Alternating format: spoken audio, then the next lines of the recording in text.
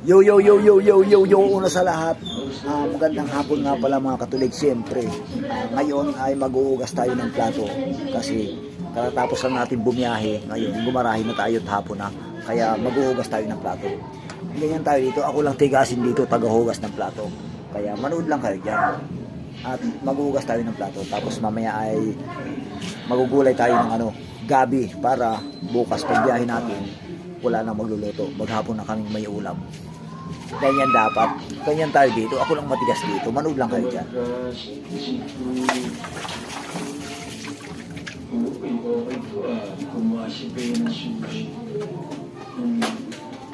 Masarap siya.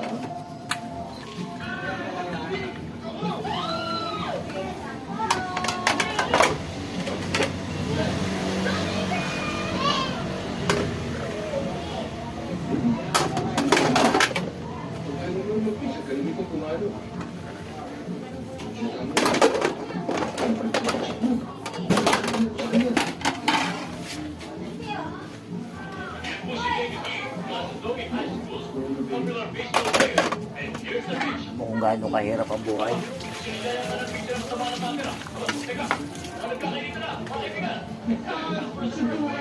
Marami nga nagsasabi sa akin, mga tricycle rider, bakit daw bumabiyahe pa ako ay mayaman na ako.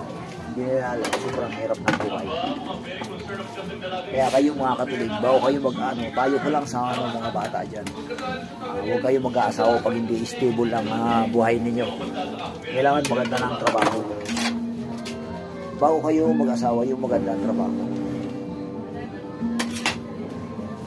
Kahit ano man ang mangyari, hindi na kayo maghihirap. Tulad ni mga katulig. Tricycle driver na, siya pang tagahugas. Buhay pa. Siya pang tagaligpit ng mga building. Galahan para sa kanya lahat. Ako pa nagluluto. Yan.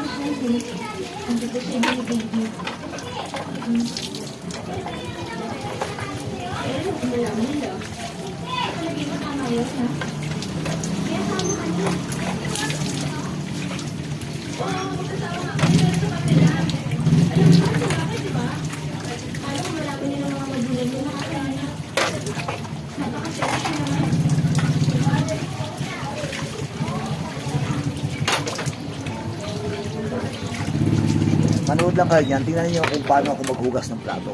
Napakabilis.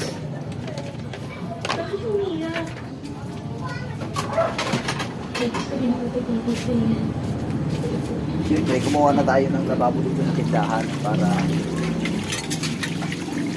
malapit lang.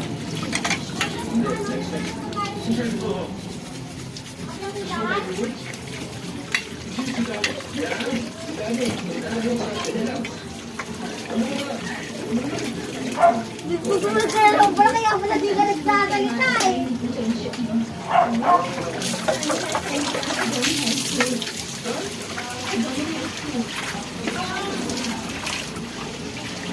Ayun, kukunin natin yung gabi. Magluluto tayo ng gabi ngayon. Kukunin ko lang muna mga katulig. Gagatain ko lang. Gagata lang. Kaya nga pala mga katulig, mumukbang natin mamaya yan. Ayan o.